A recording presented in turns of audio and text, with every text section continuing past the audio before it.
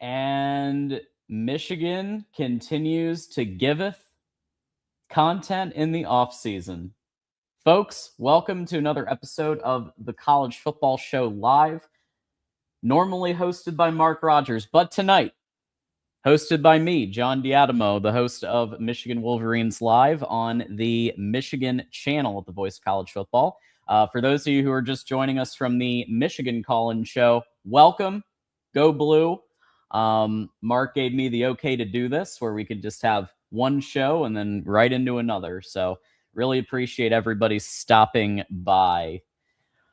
Folks, as a reminder, if you would like to keep the show going a second hour, $150 super chats, memberships, membership gifts, all of that counts. As you probably can guess, tonight, the main topic, of course, you can call about anything you want, but the main topic I'm going to focus on tonight is Ward Manuel still at the University of Michigan as of Thursday night, July 16th, 2026, which I always said was a possibility. Just because the Board of Regents is meeting doesn't necessarily mean that Ward is getting fired in that meeting, although that is what I think some of us were hoping. But we obviously have a lot going on here. Before we get started, I just want to remind everybody that we are sponsored by FanDuel, and the College Football Show is presented by FanDuel, so welcome into that. Don't forget to hit the like button, subscribe, share with a friend, and as always, feel free to leave your comments, your questions, but super chats are going to be the ones I put on screen most of the time. So if you want to hit the super chat and ask me a question, make a comment, whatever, let me know. The phone lines are open. So if you want to call in, if you want to give your take, if you want to debate me, I take on all challengers to the Ward Manual discussion, because here we go. Real quick, before we get to this, I have one more thing to do.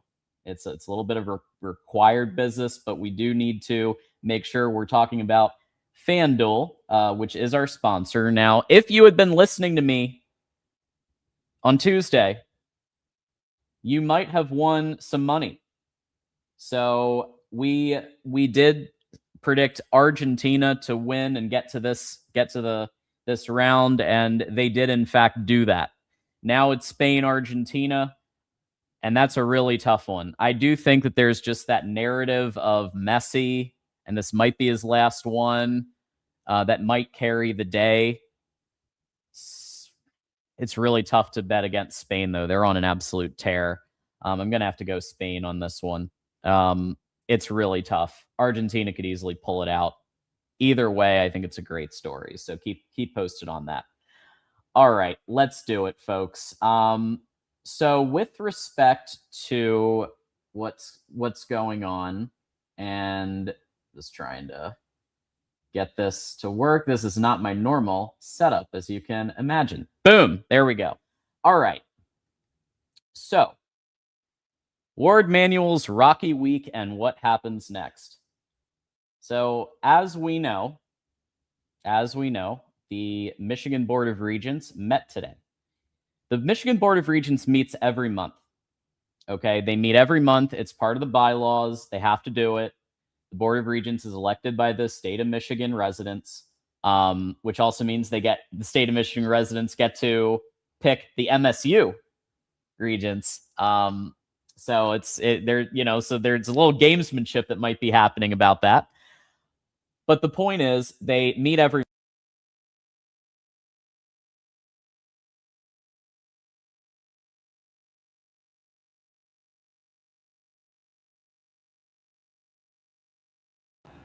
All right, I'm back. So I'm going to get all the comments now that my mic went out for a second, but it's all good. So here's kind of where we're at with this situation. So the Wall Street Journal the other day has published a pretty scathing indictment of what they've heard about the Jenner and Block report, which was a $12 million report sanctioned by the university to investigate the athletic department. It did say that the school's athletic director and other officials had received repeated reports about Moore's behavior. So Ward knew that Sharon Moore was having sexual relations with his assistant, and his assistant had just received a massive raise. Okay? Ward knew about this. He also told Sharon not to travel with Paige. I wonder why. I wonder why he would do that. So that was the Wall Street Journal.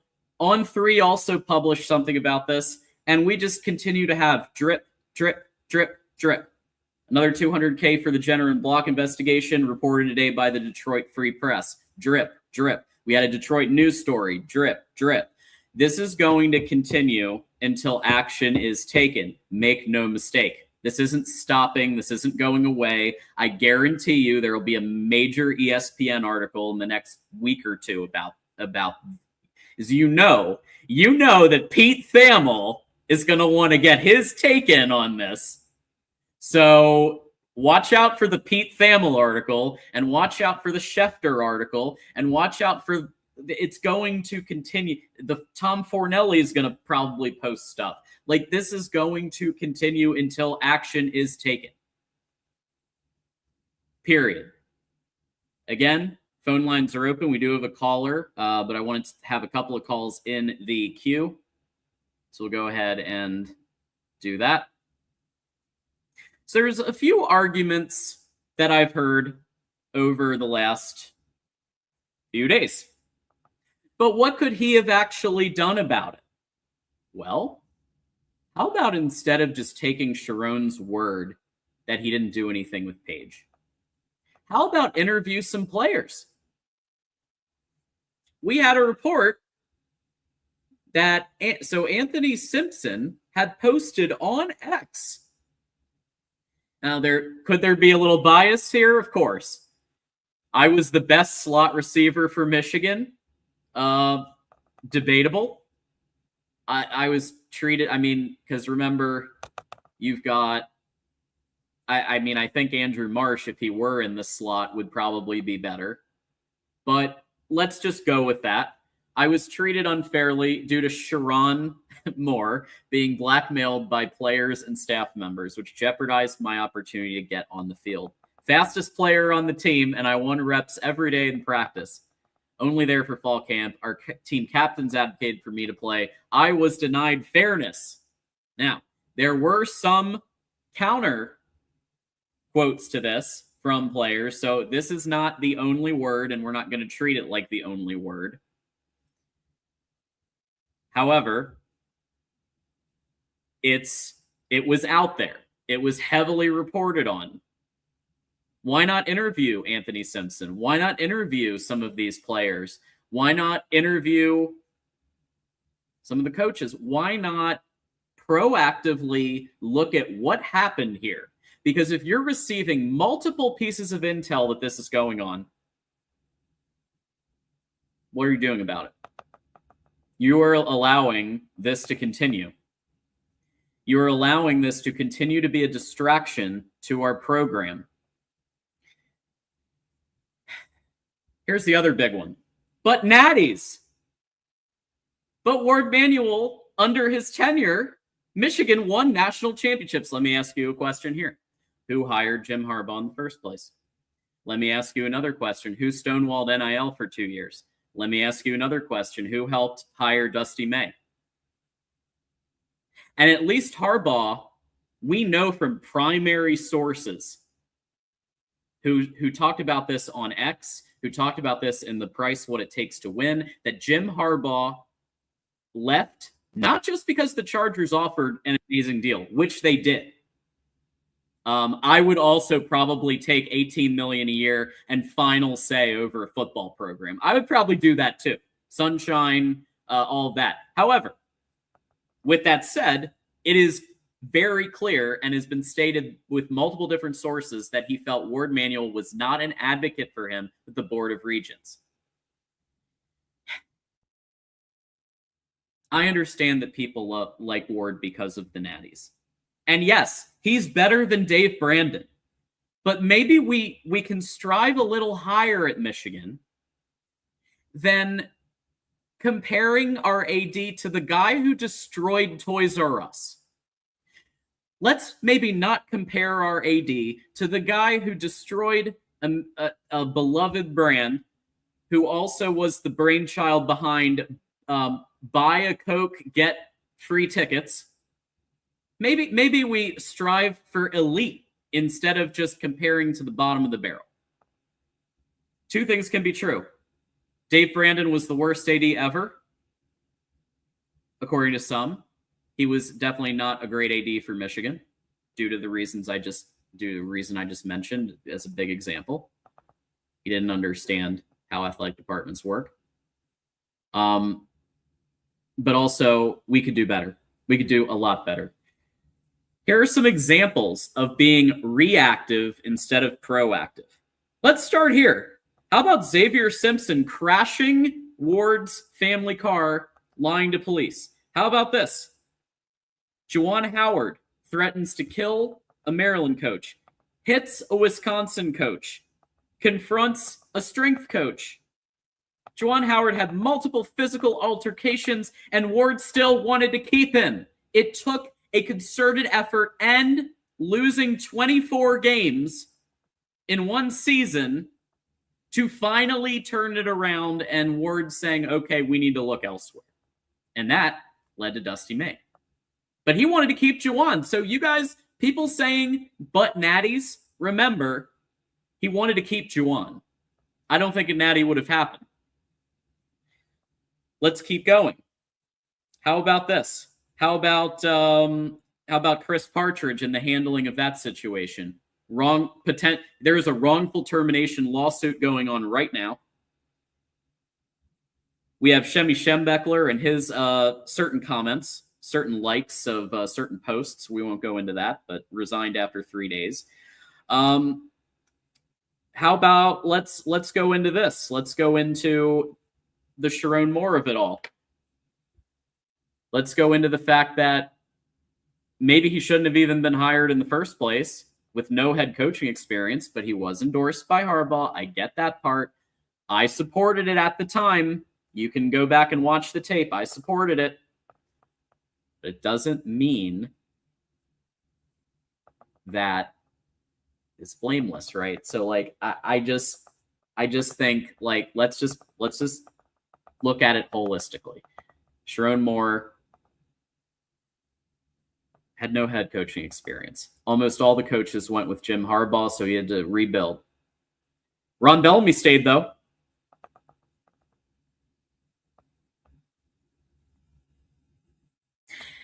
And let's not forget, and this is the last one I'll cover, and then I'll get to super chats and comments and take calls.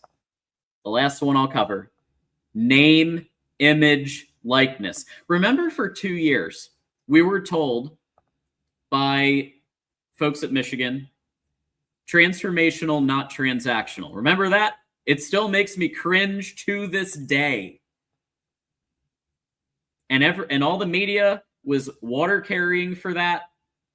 Ward has had, like, there's no critical thinking in the media, in the main Michigan media. It's all, let's have Ward on, let's do this. Like, there are great reporters like Chris Ballas. Shout out. I think On3 does an absolutely phenomenal job. But I won't name names, but there's some there has been some maybe blind support of Sharon Moore, blind support of Ward Manuel, and they don't say what they really think until the person gets fired. I remember one in particular who said, oh, now I can finally admit that Sharon Moore was an idiot. I remember that. I forget who it was. Someone in chat might know. This is what I'm saying. We will never lie to you guys on the Voice of College Football. We will tell it like it is, no matter what, no matter how many people say Ward is the best athletic director ever. That's, by the way, that is one of the most absurd things I've ever heard in my entire life. And the fact that people are parroting it from the president, right, from Grasso right now, blows my mind. So my point is, I think that Michigan can strive for better. I think Michigan can strive for greatness, to be elite, to be the most elite sports power in America for college athletics. What is holding us back? How about the fact that we have somebody who almost always takes the easiest way out possible?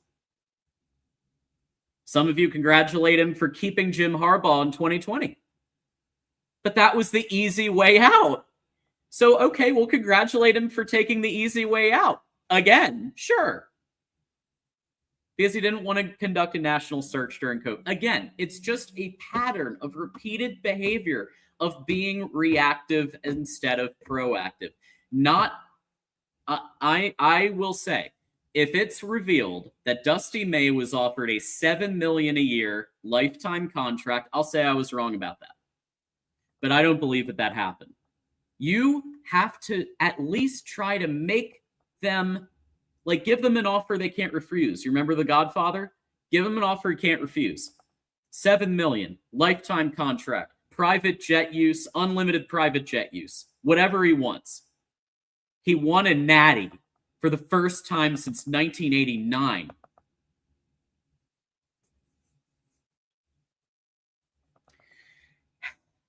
Well, there we go again. So let's see what we got here. Oh man, folks, we've got a couple of things here. We've got, first of all, Blue Wolverine has been a member for 14 months, so thank you for that. And also, he is gifted 5 Voice of College Football memberships. Goat Since Yost, who's one of our biggest supporters on the Michigan channel. Goat Since Yost got a membership. Justin K. Michigander, who's one of our supporters and mods. Thank you. That CVB guy and JT Schaefer 322. So all 5 of you, hit refresh, enjoy your emojis, enjoy your Voice of College Football Mark Rogers membership. I'm sure Mark will appreciate it. And that also means that we are down. I'm going to assume that it's 25 for that. So I'm gonna take this down to 125 here. And I'm probably going to go over anyway a little bit, no matter what, because I want to take these calls and take everything. So, so five. Thank you so much, Blue. Let's hit a couple also comments. And remember, everyone is welcome to call in and debate me on this. I'm throwing the gauntlet down. Call in and debate me. I will take every single caller that calls in as long as you're respectful about it. Let's see. Obviously, we got Blue. We got Jackson, Double J. Of course, we got our friend Teflon Ward, who's come over from the other show. Pretty sure that's Ripstar. Could be wrong. We got Tim. Tim, longtime personality on the Voice of College Football. And I'm still hoping one day we see you back. That would be amazing. But no pressure. Obviously, you're thriving, living life, and it's always great. It's like a blast from the past every time Tim Prangley comes in. Let's see. We got the Voice of College Football website. Yes, check that out. I will probably be writing an article on it this weekend. So expect an article from me about Ward. Goats, you're right. You're right. I think that's probably what... Now, again, we don't know because things can change every single day. But I think you're right, Goats. I think Ward will be shown the door when a new president is selected. I think that's the plan right now. But here's the thing. If the stories drip, drip, drip, continue to drip, drip, drip for the next few weeks, how long is that sustainable? Just going to ignore it? Just going to put our fingers in our ears and ignore the fact that more and more is coming out? What happens when ESPN starts push notifications over and over and over about this? They already did today about the Board of Regents meeting.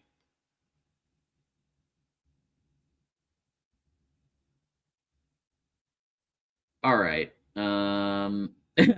Ward, can we all calm down a bit? Nope, you need to go. Sorry. Daryl, Michigan is the story that never ends. Goat saying thank you. Justin saying thank you. Absolutely, 100%. Howard was a great player, terrible head coach. Great player, epic player. All right, let's go here. Let's Ripstar wishes he. I know it's probably Ripstar, or maybe it's Burks. Maybe it's Burks. I doubt it though. I think it's Rip. Anyway, let's take some calls. I think I've bloviated enough for one episode. Let's take some calls, and we're going to begin with, and I like to call him our chief marketing officer here at the Voice of College Football. We've got Jackson Johnson in the house. Jackson, Double J, how you doing tonight? I'm doing all right. How you doing tonight, good buddy? I see the beard's kind of going away a little bit. I don't see as much beard. Like, are we seeing a new John Diema? Kind of like the mustacheless era of Alex Trebek. I'm wondering. Is that what? Yeah, it's like Alex. Yeah, I'm just like Alex Trebek, Jackson. I just. It's summer. I'm just so used to seeing a lot of the beard, when I see John Dianimo. I'm not gonna lie, because I was like, where'd the beard go? Where did it go? I see the mustache, but where's the beard? Yeah. Oh. Yeah, it's coming back. It's just, I went really thin with it. Okay. So it's coming back though. Well, there we go. We got a short era that we're going to enjoy. The thin beard era of John Dianimo. All right. There you go. There you go, Jackson. Network. There you go. Oh, man. But yeah, I'm right there with you about like this whole Ward Manual business. I'm just kind of like, he's been there too long. And, Michigan seems all right with him for now, it seems like. But, the Mike Boynton era at Michigan basketball, like, honestly, I don't think that's a guy that's going to be winning at Michigan a lot. Like, maybe it seems like he's there for a year or he's there 2 years. I don't know. Because, I mean, like, his record at Oklahoma State basketball was just terrible. It was abysmal. But honestly, if Michigan's looking for an AD, I've got one in mind that's really going to make you look good. Illinois Athletic Director Josh Nimitz. Like, think about it. Thank you. He's on my list too. Because think about it, when he had people tuning in for college football in the month of March, it was good news. It wasn't some coach doing something he shouldn't be doing with a secretary or a player doing something that wasn't supposed to be doing. No. It was when he hired Lovie Smith and he had the whole nation talking about it. And, the way he handled that whole Lovie Smith thing was like, okay, this experiment has not worked out. I'm going to have to fire him. Who's my next choice? I'm going to go Brett Bielema. The Brett Bielema era has worked out for Illinois football. Now let's look at where, Illinois men's basketball is. They were not doing so hot until he got Brad Underwood from Kansas State. Look at where he's got Illinois now. Going to March Madness every year, being a constant player. And you're not seeing that with Ward Manuel. That dude doesn't know whether he's been shot in the butt or not. That's just what he looks like, honestly. He just looks that brainless for a little bit to me, but we're going to wait and see. And I don't feel like he has a plan for life after Kyle Whittingham, honestly. I don't feel like he does, because it's like, and I mean, nobody's going to ask that question about life after Whittingham in 2026, 2027, 2028. That's more like a 2029, 2030, 2031 question, of course. And I don't feel like Ward Manuel looks like a guy that's thinking far into the future. Makes sense. Well, and I'm going to defend on this one thing. I'm going to defend him on this. I don't know what else he could have done at that point. Once Dust, like, I do wonder if he has some fault for not offering enough to Dusty May before. But once Dusty May departed, at that point, it was the pickings were pretty slim. They did apparently interview some people, but Boynton had the support. Almost everybody was retained except for LJ. So I'm in wait and see mode on Boynton. He could be great. He could have maybe learned from Dusty May. He could have maybe learned from his mistakes at his last stop, Oklahoma State, I believe. Yep. That was a different scenario. It was a different situation. Well, and the thing is, like, the smart man learns from his mistakes, but the wise man learns from others. What's up, Will and D? Good to see you. Will and D. Man, everybody's coming back. Let's have a reunion. I love it. Oh man. Oh man, this is a fun night tonight. We're partying. We're walking and balling. We're partying like alley cats, like the Aristocats. Exactly. I don't.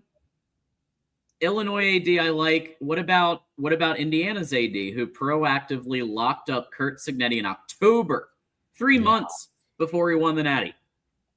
That's what I'm looking for. How about the Arizona AD who locked up their coach right after the Final Four? That's what I'm looking for. How about the guy who gave Dan Hurley $50 million to stay at UConn? Kept him from going to the Lakers. Right. This is what I'm talking about, folks. These are examples, real examples of ADs being proactive, adapting, and changing to what's going on. Because like the Juwan Howard stuff, like when it was going on, like it was so bad that you had like political news websites talking about it. And you had, the Sharon Moore stuff, you had political people talk. If you have breaking points talking about you, if you got Brian Shapiro or if you got Tim Pool talking about you, if you have any of these political people talking about you, doesn't matter where they lean politically, you are not doing a good job as your athletic director. As an athletic director, if political people are talking about your team in any way, shape, or form, good, bad, or ugly, it means you're not doing a good job. You got a failure to communicate. Yeah, I just think he's shown enough now. He's shown over and over, time and time again, Jackson. And I just laid out like 12, 15 different examples of it. NIL being the biggest one. And I know from personal experience that he blocked, and not just him, but he's the decision maker. I was part of an early NIL collective called MGO DAO. Some of you who are Michigan fans might have heard of it. We actually had the co-founder of MGO DAO, Mark Rogers, and I interviewed him. Like, you probably remember this because you remember everything. But we interviewed him like 2-3 years ago. And I think literally during that interview or like right before is when there was drama about they were getting cease and desists from Michigan about using the Block M, using the branding of Michigan. And I'm like, this whole thing is designed to help players. This whole thing is designed to give players not just a good education, but a good starting point. And if they perform extremely well, why can't they get some sponsorships out of it? Why can't they? A couple of them even co-own businesses because of it.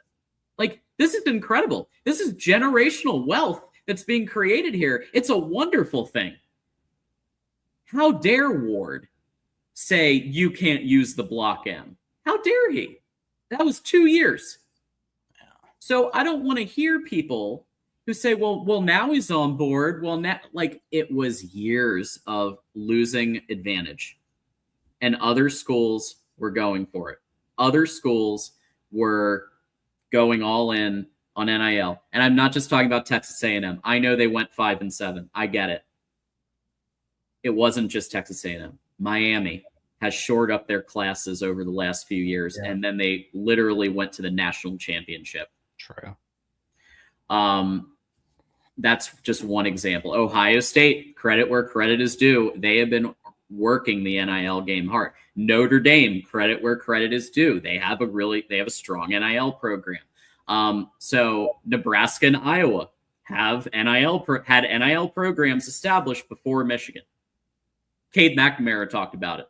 I like to call him check down Cade, but he talked about it on a podcast. So anyway, all I'm saying is, like, I'd love to get somebody in the university who doesn't just sleep through the day, who doesn't just trying to sleep with someone.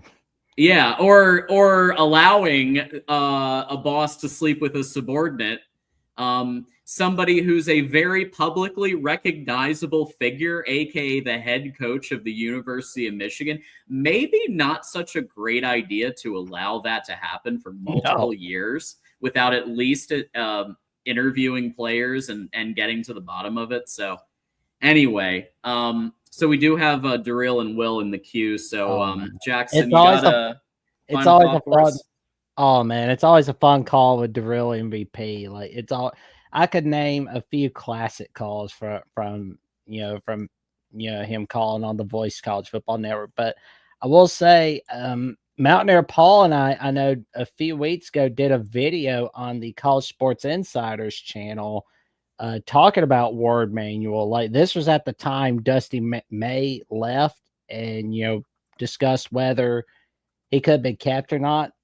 I know I was like, no, dude, no, you gotta go Word Manual. But I will tell you though, Tuesday nights are always a fun night, especially with John D'Animo, TJ Ronan, all right there. Michigan Wolverines live at 7 p.m. Central Time, 8 p.m. Eastern Time. And you can also check out Jeffrey at Only Talk Sports, myself, Trevion Ware, Monday night, 6 p.m. Central, 7 p.m. Eastern Time on Alabama Crimson Tide Live.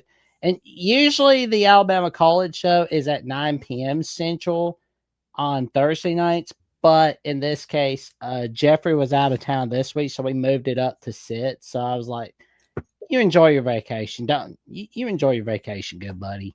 So I was like, so Kelsey subbed in for Jeffrey tonight, but the Alabama College Show is back at 9 p.m. Central, 10 p.m. Eastern Time, where we get some of our crazy calls from Cade the Diesel Freak. Who is our Jim from Tuscaloosa. It's always a good time, especially when we get those calls. I might be aware of Caden the Diesel Freak. Might have heard of him once or twice. But yeah, it's always a great time. The Alabama Crimson Tide live show and the Alabama Call-In show. Check them out. There we go. And I'm also on the SC channel with Tucker Harlan, Andrew Miller. And by the way, Andrew Miller is celebrating his 1-year anniversary at the Voice College Football Network, where he is, making magic on the Mississippi State channel here at Mississippi State, the Voice College Football, and at SEC at the Voice College Football with myself and Tucker Harlan Wednesday nights at 7 p.m. Central, 8 p.m. Eastern Time.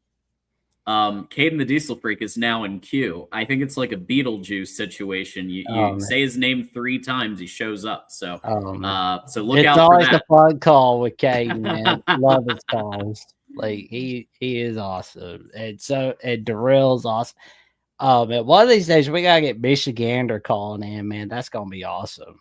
Hey, Michigander knows that he has an open invite anytime. Same with Moose, same with all the OGs, people who've hung with us. For sure. Well, John, I'll be heading out of here and just kind of getting ready to download some audio if you need me. Boom. All right, Jackson. Thanks as always. Anytime. Y'all stay safe, stay cool, stay away from that heat. There you go. All right, later, Jackson. Okay. So just a reminder, and again, forgive me for tinkering with this. This isn't my normal setup. I am going to ask everybody who's currently watching this show on X, and it's quite a few people. I I'm going to ask everybody to move over to the YouTube stream. I posted the YouTube stream also on X, so check it out. I'm going to be shutting the X stream off here in a second. Come on over to YouTube instead, and we really appreciate everybody doing that and considering that. Thank you so much. Okay, next up, we have friend of the network, DeReal MVP, who is a regular caller here at the Voice of College Football. DeReal, always great to hear from you. Yeah, it's always good to hear from you, John, especially. Thank you for doing this. I'm sure Mark greatly appreciates it, as everybody who's currently watching it appreciates you filling in. This is the story I just wanted to be over with. I'm tapped out. You know, there's some stories in the news you're just like, I'm just giving up all the energy I could. Can we please just get rid of him just to get it over with? Everybody knows this is how it's going to end. Please, it's been 5 years, John. 5 years of this nonsense. I was calling for him to go 3 years ago. You know that. Yeah, I know. Literally, I'd say it was within the first 6 months of getting the hosting gig at Michigan Live that I was like, Ward needs to go. He's blocking NIL. And I literally had firsthand experience with him blocking NIL. So I know this crazy. As a primary source. I know this. And so this has been a long time coming. And I agree with you. I'd like to be done with this too. I would love nothing more, DeReal, than to talk about Phil Steele's O-line rankings. But instead, this is the topic until Ward Manuel gets fired. Okay? Which God knows how long it's going to be, because he is resilient. He's just that guy that just takes all the slings and arrows and it just falls off him. I mean, it is incredible he has lasted this long. I mean, even Steve Dace, who is dying the Louisville, Michigan fan, yesterday on his show, was ripping Ward Manuel in the Michigan athletic department because apparently there was some digital copy of some report that they made, and they made it digital. That way it couldn't be FOIA'd. I'm not sure if you've heard about that or looked into any of that, but it's just a complete joke. Even when you lose people like you or Steve Dace, it's over. Because once you lose the hardcore fan, that's your base of support for all the casual fans to know what direction to go in. So it's been time. It's been long time. I hope that, do what you did with Jerome Moore. Get a stable replacement. You all have proven you can do that by getting Kyle Winningham. The amazing part about where you are is you all could be in so much worse position. I mean, you all had Dusty May, who won you a national championship, and you got one of the best coaches in all of college football in Kyle Winningham. It is honestly kind of amazing you all are just not complete bottom of the barrel 10-year disaster, like Tennessee was situation. I know. You're preaching to the choir, DeReal. When I did the 5.5-hour show when Sharon Moore got fired and then arrested, and it was happening in real time. That's right, Coach Butterknives. That all happened in real time. Literally while we were on air, he got arrested. I didn't think in my wildest dreams, if I'm being honest, like, I know we talked DeBoer, we talked Dillingham, we talked some of these coaches, but realistically, in that moment, I was like, damn, it's going to be Biff, isn't it? Like, in that moment, I was like, it's going to be bottom of the barrel for like 5 years, and Biff is going to be the head coach. Luckily, and two, I got to give Ward a little tiny bit of credit that he didn't just go for the low-hanging fruit with Biff, because there was a faction, DeReal, of the Michigan administration, donors, families, players that were advocating for Biff Poggi. It was a real conversation. So I'm very happy that they didn't just, unlike the past 10 years, 7 at that point, or 8, but unlike those years, Ward didn't take the easy way out. No, the easy way out would have been Biff. He got the best coach on the market. He made the coach available and got the coach he wanted. Now, the only issue, which doesn't matter in this circumstance, is how long is Kyle Winningham going to be there? Is it going to be a 2-3 year deal type thing? And then because he's already retired. Once you're retired, or you've always got to have that concern in the back of your mind. How much is he into it really? This isn't going to be a 10-year thing, in my opinion. Same thing with your basketball coach, him only being on a 2-year deal and him not being that good of a coach at all kind of worries me, to be honest with you, because, going from Dusty May to your current guy is, let's just say it's not like the like comparison. It might be a small downgrade if you get what I'm saying. Oklahoma State's not exactly a powerhouse in college football or basketball. Well, I'm gonna say this. You're making me defend Ward, and I don't like that, but I'm gonna have to again. I'm in wait and see mode on Boynton for the following reasons. One, the timeline just didn't work out. They did interview others. They did interview other coaches. They conducted a search. They did. They decided to stick with Boynton, and I don't hate it because he does have head coaching experience. And Oklahoma State and Michigan, one of these things is not like the other, Daryl. You have a roster that was almost entirely retained except for LJ Kason. Everyone else is back. So that means Boynton and, by extension, Ward, the Regents, the NIL support, at the very bare minimum, did get that roster retained. You're making me defend Ward, and I'm like, what are you doing? Like, because I'm here saying Ward should have been fired 3 years ago, but like, okay, not every single decision he made in 10 years was bad. No, obviously not. Kernels in there. No, it's never obviously all black or all white. For going to him from winning a national championship is a pretty steep drop off in my opinion, but wait and see. Michigan in football creates the market. In basketball, you all don't create the market. So there is a bit of a difference there, and you all had to did somewhat settle, and I understand that for a point. But, this is a national show, and I think everybody's worn out. So can I please talk about something even dumber than this? Perfect. Go. So the ACC is having this genius idea of what if every team doesn't play the same number of conference games? I couldn't think of a better idea if it just fell onto my lap. Yes, 5 teams are playing 9 conference games. 12 teams are playing 8 conference games. Now you may be thinking, John, wait a minute. What if we have teams that have different records and like one's 8-1 and one's 7-1, and the 8-1 team automatically gets in because they've got an extra game? Don't worry, the ACC solved that. They're going to use Sports Source analytics, and they're going to look at your offensive, defensive, and special team productions, and they're going to look at your non-conference strength of schedule to determine who the better team is. Doesn't that seem like a great idea? No, and on top of that, I'm going to go a step further. I think we need to stop pretending that these other conferences are at the same level as the Big Ten and the SEC. I think we need to just let's just have a come to Jesus about the fact that the Big Ten and the SEC are most likely going to have a super conference.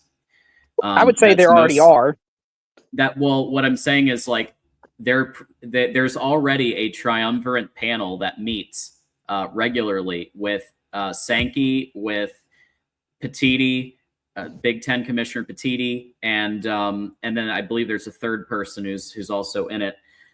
That's probably going to extend to the next level of college football, where you've got varsity, which is like SEC, Big Ten, and you got junior varsity, which is ACC, and Big 12, and whoever the hell's left in the Pac 8 or whatever's going on there. They're all going to the junior varsity side.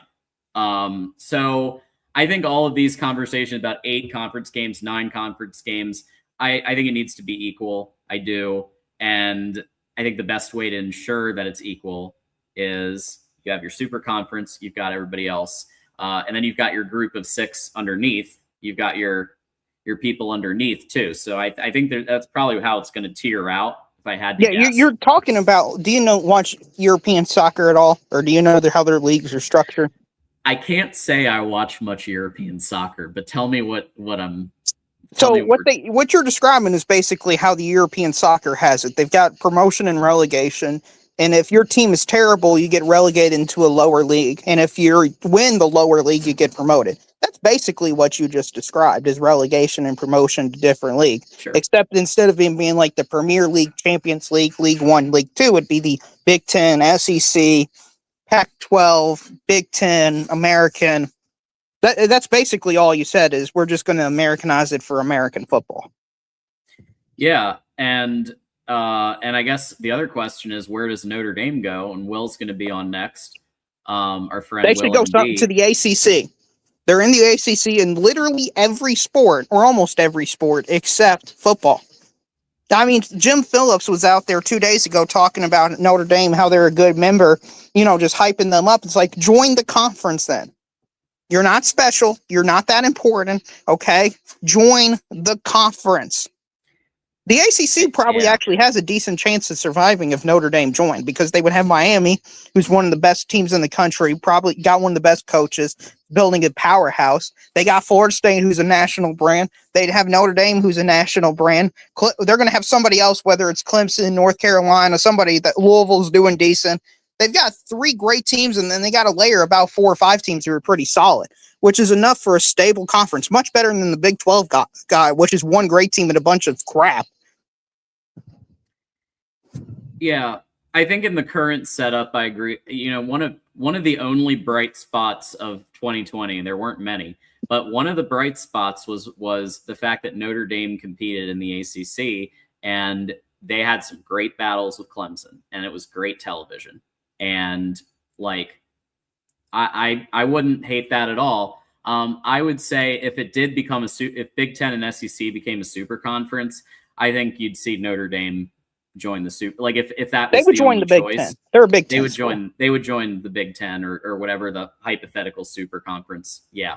What would it take for you? Because you're making this distinguish.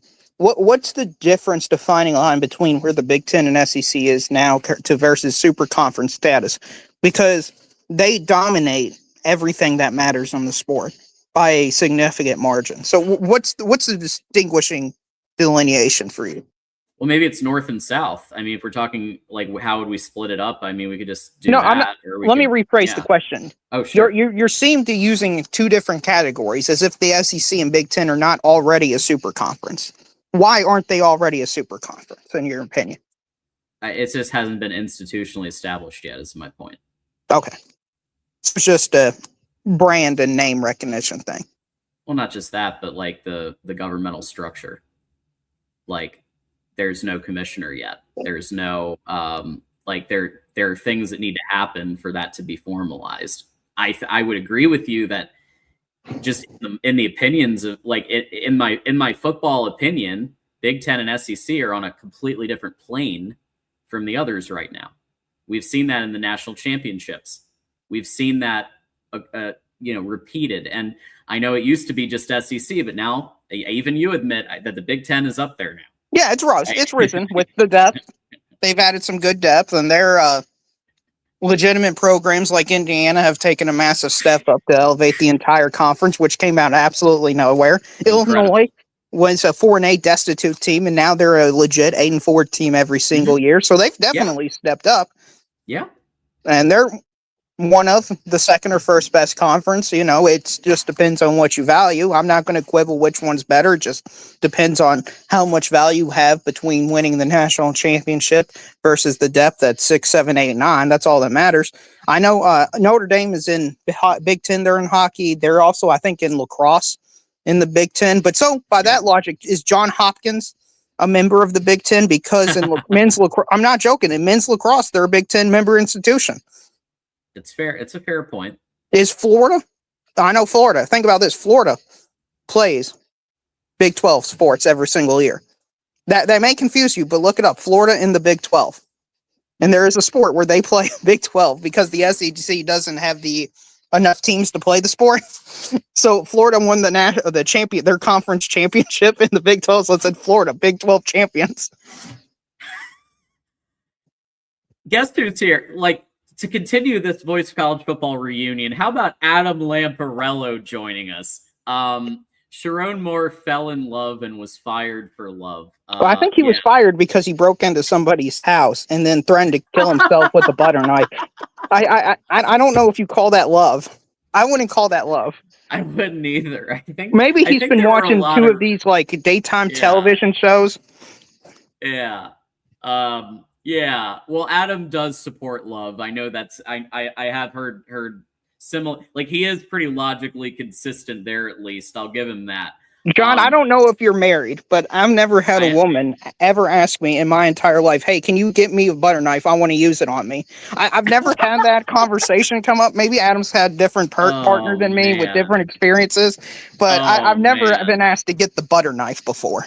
Yeah, that was a new one. When I heard that live, I'm pretty sure that was originally announced live, like when we did the 5.5 hour show. And I was just, by the end, when the mugshot came out, which turned out to be AI, and they had a different one, but it was just unbelievable. And I started cracking up, and not because I was laughing at,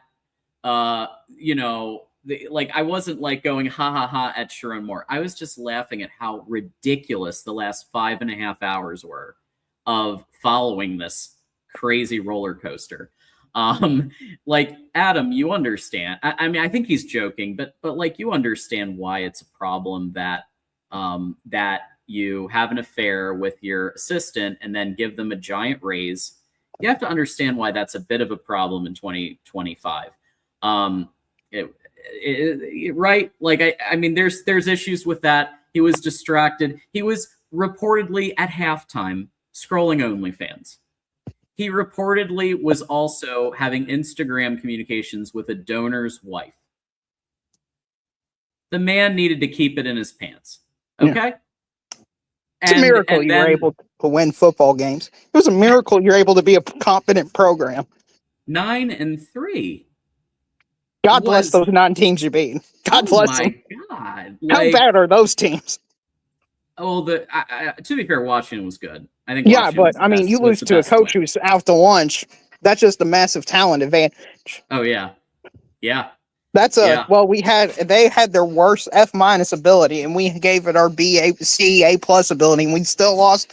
Odds are we're going to lose for the foreseeable future. That's a massive psychological advantage, is what you have over those programs. Yeah. Shout out, Goats. I saw your comment. Don't put it up on screen. Do not put it up on screen, John. But that is a good comment. That's the best comment I've seen tonight. Well, I'll put this one up. How about that? Because he has a really, like, I think you're right that Kyle Whittingham could be a better version of Bo. Because remember, Bo was consistent, but he wasn't winning at an elite level. No, that's what I think you all should expect. Mm-hmm. And if he can occasionally punch up, like that Utah team that beat Oregon and went 2-0 against Oregon, won the Pac-12 championship. He's able to punch up if he's able to find a tactical advantage. Right. I don't think he's going to win the national championship. I don't think he's that good of a head coach, but I think you're able to get into the college football playoff at 10-2, win a game or two, and then be bounced down in the semifinals. I just think the gap in what he likes in terms of talent, I think he's more of a developmental coach. And I still value the talent at the end of the day more. I was going to say, you do value talent, and I know that about you, Darrell. And this is the most talent Kyle Whittingham has ever had to work with, and they are salivating about it. Like, in the interviews, they are clearly giddy that they have like blue chip, like a decent blue chip ratio. And like they actually have, like, Jason Beck was able to make Devin Dampier into a decent quarterback. He was able to engineer an offense that became a top 5 offense in America last year at Utah. And now they have Andrew Marsh, and they have all of these pieces. They got JJ Buchanan over. Like they got French. They have legit Celessi Moa, legit receiver weapons now. For the first time in 20 years, there's like 3, 4, 5 like solid receivers. It's usually one, maybe. Yeah, it's only been Colston Loveland, the tight end, for like the last 4 years that's been worth anything. Yeah, I'd put Roman Wilson in a He similar was category. okay, but he wasn't Colston Loveland. But we know why. We know that the wide receiver coaching was some of the worst in America, and now I think we've upgraded at that. Yeah, the only two questions I have about your all's team this year is how much is your quarterback going to improve? Because he struggled a lot last year, particularly in the bowl game against Texas. That fourth quarter was an unmitigated disaster. And then second is your schedule is really brutal. You play Oklahoma, Indiana, Oregon, Ohio State. You have to go 2-2 if you want to make the college football because you are what your record says you are.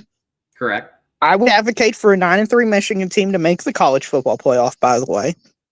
I think they should because how difficult their schedule is. But you made the same argument about Texas, so I appreciate the consistency there. Yeah.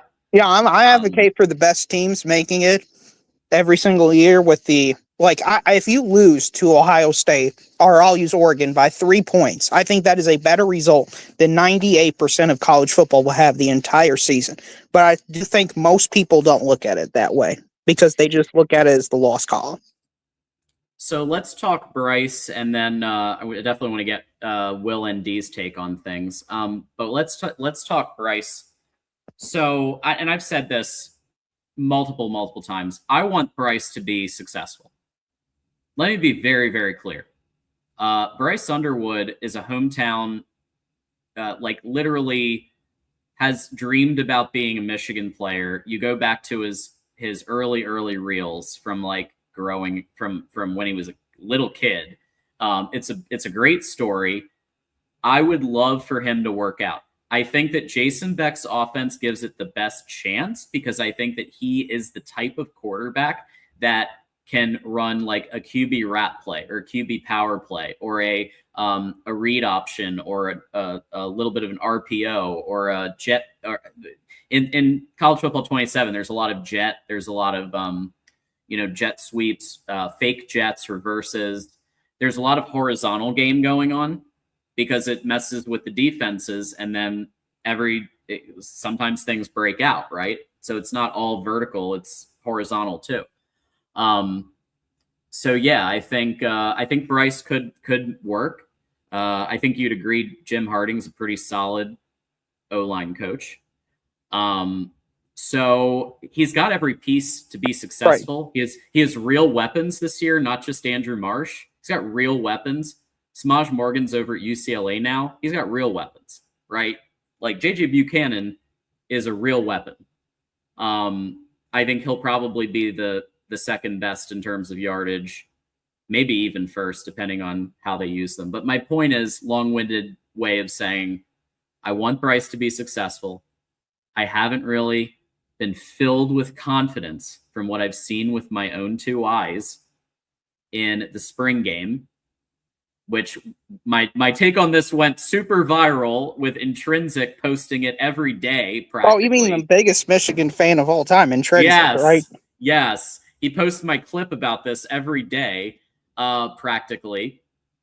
And all I was saying is that if Michigan loses 2 games early, and it doesn't look good, and Bryce is throwing a lot of picks, that they might look at Tommy Carr or Fowler Nicolosi and see what they have there. That's all I'm saying. I'm not saying Bryce is going to be benched before the season. I'm not saying that Bryce isn't going to get like 6, 8 minimum games. He is.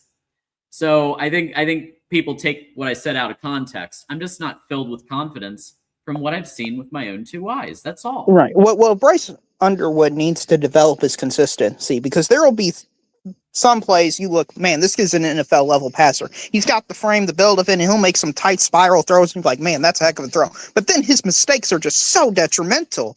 It just negates all the positive. And he makes the same number of bad heavily outweighs the same number of good because the bad results in turnovers, points for the other team, sacks that lose possessions, and drive killers. And this is why I'm really high on Kyle Winningham, the head coach, because he's just the most consistent coach, I think, in the entire sport, maybe outside of Kirk Ferentz of Iowa. And if he can just instill in him consistency, we don't need you lower the ceiling a bit, but raise the floor to where he's just a game manager level quarterback. That's all I think all they need out of him to go 9-3, 10-2 this year. Just be a game manager. You don't have to make the big plays. If nothing's there, just throw it away. Don't throw it into the tight windows. Don't get, be calm, be relaxed. And I think the mental side of it, because Jerome Moore was completely AWOL, so I think a lot of it Bryce Underwood kind of just put on his shoulder that he was leading the team, and I think the pressure may have gotten to him.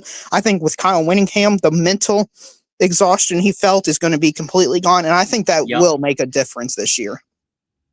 Yeah, I think you're right. I do think that the coaching is significantly better. I would take Coy Detmer Jr. and Jason Beck's coaching over Synagoga. Who the hell is that? Okay, we had an analyst as de facto quarterback coach, and we had Chip Lindsey, who was too busy having a measuring contest with Sharon, and seeing who was going to call the plays and who wasn't, and Bryce wasn't getting any real day-to-day and on the sideline counsel, and he is now, right? So this makes a huge difference. So yeah, yes. I'm cautiously optimistic. I obviously want him to succeed, but expect that for the first couple of games, just like Devin Dampier didn't start out lighting the world on fire, but he grew into the system over the course of the season, the 2 seasons that he had with Jason Beck. So I think and this is why, by the way, I'm really worried about the Oklahoma game if I was a Michigan fan, because if they've got they're going to have one of the best defenses in the country. They just are. It's going to be a hostile environment, and just where the game's at, I think could really rattle Bryce Underwood. If he had 4 or 5 games, I would feel much more confident. But after just one game, I think the nerves, the pressure could get back to him and thinking I have to do this all on my own. But John, I'll give you one little past silver lining. Colorado didn't even study film last year for their quarterback room. So at least you guys studied film a little bit. So you're better than one Power 4 program. So you've got something to hold your head up high. Yeah. We're not pulling the old Kyler Murray, let's play Call of Duty all week. And then wing it. Yeah. Have a good one. Daryl, always great to see you. Okay, let's bring him on. Friend of the program, Will ND. Been forever, man. How you been? Been great, John. I'm ready to bring another national championship over to South Bend, Indiana this season. Oh, wow. Number one on Phil Steele's power poll. Correct, yeah. That wasn't – Notre Dame has been – to be fair, and it's not easy for me to say nice things about Notre Dame. They look really damn good. Mm-hmm. They really do, but there's no holes on the team. Even receiver was kind of a hole last year, but we got those Ohio State transfers in. Well, I was just about to say, have you been playing the game, the College Football 27 at all? I might get it. I try not to buy any sports video games because I feel like it's just microtransactions. I get it. No, I stay away from all of that. I just play Dynasty on the free mode. But what the reason I asked is that I've played against Ohio State twice. The first time I got crushed, and then the second time I squeaked out a 1-point victory. And that team feels like, and again, another team I hate saying nice things about, but they look really, really good. What do you think your chances are in a head-to-head matchup there? I think we could play the Dragon this season. I think we're match up evenly with them this season. Of course, the other 3 times we played them under Marcus, we didn't, but this year we're even with them. So hopefully we can win by a field goal. And Marcus probably has some real motivation here to get one.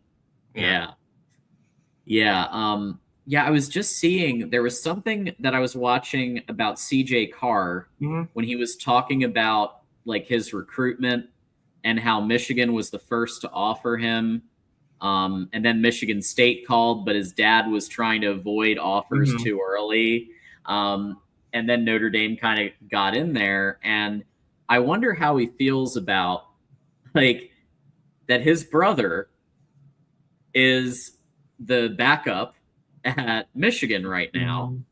And literally I know Fowler Nicolosi's coming in, but right now Tommy Carr is the backup. Mm-hmm. And I wonder, do they what that dynamic is like? Because I'm not sure he's happy for his brother. I mean, they're not going to play each other. I mean, unless it's in the playoffs. So I'm sure he's happy for him. Yeah, probably. I mean, will this be? I should know this, but is this CJ Carr's last year coming up? So he's a redshirt sophomore. Okay, so he's one more. So okay. I mean, the hope is that he could be a first-round pick, but we'll see. Okay. He's currently the betting favorite to win the Heisman right now. Wow. Yeah. Above Maeva and it's close between him and Arch. And Arch? I think Arch. Still think Arch is a little overrated. As a Notre Dame fan, Mike Denbrock is the offensive coordinator. Jaden Daniels, pretty good year one at LSU. Took that jump in his second year under Mike Denbrock's system. I'm hoping CJ can take that jump this season. Let me be real. I think Michigan made Texas look better than they were. I think Wink Martindale wasn't even wearing Michigan gear. He was phoning it in so hard in that game, and he didn't spy Arch Manning barely. He let Arch Manning just run all over the field. So I think there's some fool's gold in there. I think we need to factor in the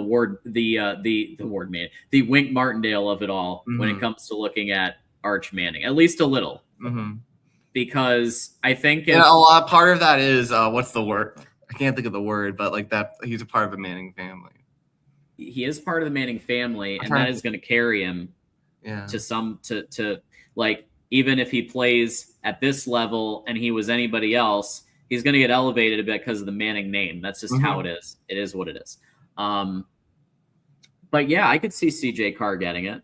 I could see there's also somebody named John Mateer, and I understand that he's not at the top right now, but if he's back to what he was pre-injury. That's what I'm saying. If he is back to 100%, I think he could be a serious threat because, again, he's a dual threat quarterback. He can get you with his legs. He can get you with his arm. He can make any throw. So I would look out for him, Maeva, CJ Carr. Darian Mensah. You know, it would be fun if Bryce Underwood surprised everybody and became amazing. It's just insane the hype you guys had for him. And then I watched that spring game. I'm kidding. I mean, I'm kidding, but not. Obviously, if Bryce takes an enormous leap and goes into the Heisman, that would be, it would make my dreams come true, right? I don't think that's realistic. I think he's going to have a Devin Dampier-like year. I think he's going to have a Devin Dampier-esque trajectory, which Jason Beck is very familiar with that. So he's going to follow that same path. So I think Bryce is they're going to use him very limited in the first probably 4 games if they can. They're going to probably use his legs, and they're going to run slants, and they're going to run jet, and they're going to run QB power, and then just ride Jordan Marshall and Savion Hyder all day long, because those two are going to be amazing. You know that. They're going to be a top 10 running back duo in the nation. Doreen.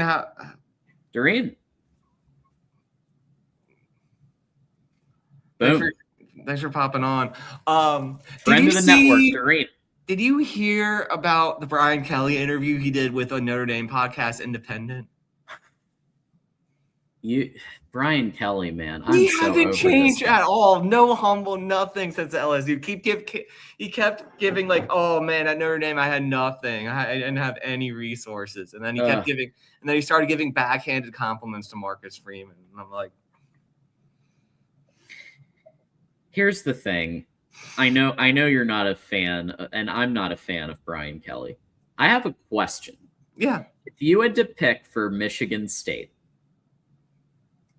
Coach Fitz, a.k.a. Coach Weenie Wash, or Brian Kelly allegedly killed a kid, who would you pick for Michigan State?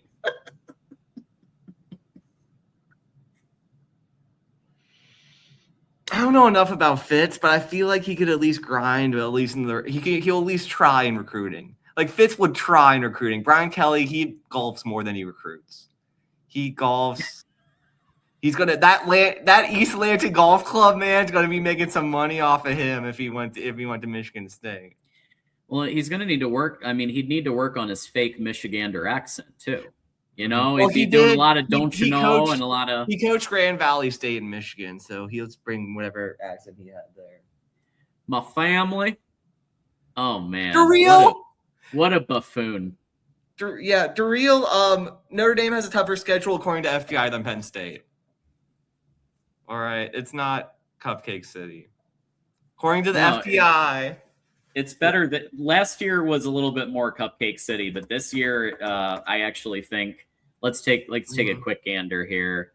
So who do we have in terms of tough games? So Wisconsin, Michigan State, Carolina, I'm sure will take a step up this year. BYU will be tough. SMU will be tough. Miami will be tough. Ooh, I don't know if I can go with you on this, buddy. Wisconsin's a joke. Wisconsin will be taking a step up this season. Yeah, because there's nowhere to go but up. They had a pretty strong finish to the season. They brought in Colton Joseph, a great quarterback. That was great. One of the best group of 5 quarterbacks at Old Dominion. Yeah. Wisconsin they'll at least make a bowl this year. They'll be better. Yeah, I mean, Josh Pate talked about this, that it's basically a reset of the offense again. For whatever I mean, I thought the air raid could work, but then I was like, no, I think power is how you got to do it in the Big Ten, especially in November. Power spread, power running, that's what does it. And the air raid just didn't take off. They didn't have the pieces for it. And now they're kind of going back to more of a physicality identity like they used to have. Michigan State, I think they're a year away. I think Fitz has his work cut out, especially with how bad his recruiting class is. But I do think fundamentally he's a good coach when he's not allowing extracurriculars with his players and hazing. I think he actually can pull together a good season every once in a while. But I don't think it's going to be next year. So I think they're a joke. UNC, big question mark there. They'll be better. Yeah. They have to be. They have to be better. There's no literally last year was the biggest joke ever. You had Jordan, you had the girlfriend on the sidelines, and you had the whole thing going on, and they weren't winning any games. So it has to go up. Or he's out. I know it's hilarious, but Bobby P will be better. Bobby P will get that offense going. But I mean, the double dates with him and Bill or Belichick are going to be interesting. The double dates with Bobby Petrino, Bill Belichick, and their girls. Yeah. Yeah. Imagine that. Yeah, BYU is solid. BYU will be tough. SMU will be tough. Miami will be tough. I think Miami is your team, and maybe maybe SMU, and that's I'd say BYU, Miami, and SMU, and everyone else is kind of a joke. I'm sorry, but it's you got 3. I think you got 3 opponents that you need to, because now it's the new rule where if you're in the top 12, you're in the playoff, right? So yeah, I think you're going to be in the playoff pretty much guaranteed, because you're going to win one of those 3 minimum, probably 2 of those 3. You might drop one to Miami, but that would be 11-1. You're in. I think that'll be number 1 and number 2, that Miami game. I think it'll be 1 and 2. Unless if Miami slips on a banana. Yeah, Adam's not giving BYU a lot of credit. I think they're okay. I don't think I'm not going to put them in the elite category, but I think it's one of your tougher games when you compare it to Rice or Stanford or Navy. Yeah, it's a tougher opponent than that. You're right about UNC. I actually wanted to ask you, talking about offenses, you mentioned a certain Tom Herman going to Florida State. Well, people think he's going to replace not Luke Fickell, Norvell, right? Isn't that what people were saying? So I mean, it's always possible. I do think that Norvell's on quite a bit of a hot seat for sure. I think they just wanted to wait for that buyout to go down, and then they'll buy him out. I think they would have fired him if they would have had the money. Yeah, he's currently assistant to the regional manager at Dunder Mifflin. I mean, he's assistant to the head coach. So assistant to the head coach means it sounds like he'll have some time to do what he does best and party it up. Because he's not going to be the OC, it looks like, which is interesting because if I'm hiring Tom Herman, I'm hiring him to coordinate my offense. Like, he's a really good OC. So that's what I would do. But, clearly Norvell and the administration has some other ideas. I mean, I think he's probably just mostly recruiting, right? Yeah. I mean, I think it's recruiting. I think it's helping with it might even be like a chief operating officer type thing where he runs certain elements of the program. I mean, he was a head coach. He knows what a head coach does. He knows how to schedule practices and run, and maybe that's what he's going to do is organize. But then it's well, then why do you need Norvell? And I just maybe that's trying to buy him out. They're just waiting to buy him out. So maybe he is just waiting in the wings. And if I'm Norvell, I'm walking probably, because it's I'm am I even trying if I'm Norvell? I mean, you don't want to get fired for cause, but it's a step better than what Whittingham was offered, which at Utah, because he was offered essentially you can still be head coach and we'll give you a little bit of a raise, but all your decisions have to be run by what's his face, who's now the head coach. If I'm Kyle Whittingham, of course I'm not taking that deal. Of course I'm going to look elsewhere. And then Michigan, of course, being in the situation Michigan was in, was more than happy to say, Kyle Whittingham, come on in and take over and run it the way you want to run it and bring in the people you want to bring in. And so, of course, he was going to jump on that. But it was a great mutual fit. So my point is, if I'm Norvell, I would have pulled a Whittingham, knowing that Tom Herman is coming in and probably is going to be my replacement. Well, I'm going to want to go somewhere where you're not bringing in my replacement, right? And even though he'd have limited options, he could still be, maybe he's a coordinator for a year. But if you're running if I'm running a division in business, or I'm running I used to run North American sales and marketing for a company. And I would, if someone came in and they were hired as assistant to me, but they had 20 years of managerial experience themselves, and they had basically they could take over tomorrow. I'm going to threaten to walk in that situation. I'm going to threaten to walk. And if they say, okay, walk, I'm going to have something else lined up. So that's how I don't know if he's playing it the best. If I'm Norvell, I'd probably take a hint, but he did have that one season where he had 2 good years. Well, one great year, one good year. Yeah, one great year. And then they got kind of screwed out of a playoff appearance after going undefeated. So that's but it actually worked out. Alabama, they were probably better games. Yeah, it definitely gave you a better FSU. Game. I will also say it helped legitimize Michigan's national championship more, because Michigan played Alabama straight up, no chaser, no Connor Stallions, played Nick Saban. Straight up. We think straight up. Nick Saban was not going to allow any shenanigans. You know that. Yeah, he actually, I believe he took certain precautions to make sure that Michigan couldn't pull any shenanigans. I remember hearing about this.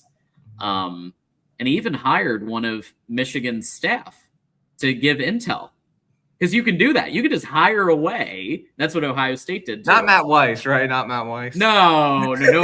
I don't think anybody's going to be hiring Matt Weiss for quite some time. I think Sharon has more of a chance to get a coaching gig than Matt Weiss. Mr. Child, you know what, on the computer. And it's absolutely ridiculous. That, and like, I don't blame Harbaugh because Harbaugh's not psychic, and a background check sometimes doesn't show what you do in your private time. So I don't blame Harbaugh for that. I don't even blame Ward for that. But it was an absolute tragedy and unacceptable. And I hope he goes to the clink for a long time. Yeah, I do. But yeah, I do. Yeah. So anyway, my point is, like, with Florida State, again, it's like, you know, what will they be this year? What's their identity going to be? Tim Harris Jr., who the hell is that? Pardon my French. They had Gus Malzahn last year, and they went 5-7. And I actually think Gus is a pretty capable. Should have never been fired at Auburn. No, that was a big mistake. Yeah. Big mistake. Because they succumbed to the Nebraska syndrome. Absolutely. Where they had a coach that was 9-4, 10-3 every made a Big year. Ten championship. Made a Big Ten, and then we could do better. And sometimes that works out. Sometimes that works out, Georgia. But more times it doesn't. I mean, I remember they asked that AD, they're like, hey, like, Bo had a really good record against Iowa. And he's like, oh, no, like, Iowa, that's a given win. We're going to beat Iowa every year. And then they went on, like, an 8-game losing streak to Iowa. Iowa's good. That AD looks like an defense is good. Yeah. Even when the offense was the worst in America, the defense was extremely legit. Now with Tim Lester, they have an offense with a little bit of oxygen at least. John, do you think that Penn State game will end up being a play-in for the playoff for Michigan? Like, do you think the winner of that game will go to the playoff?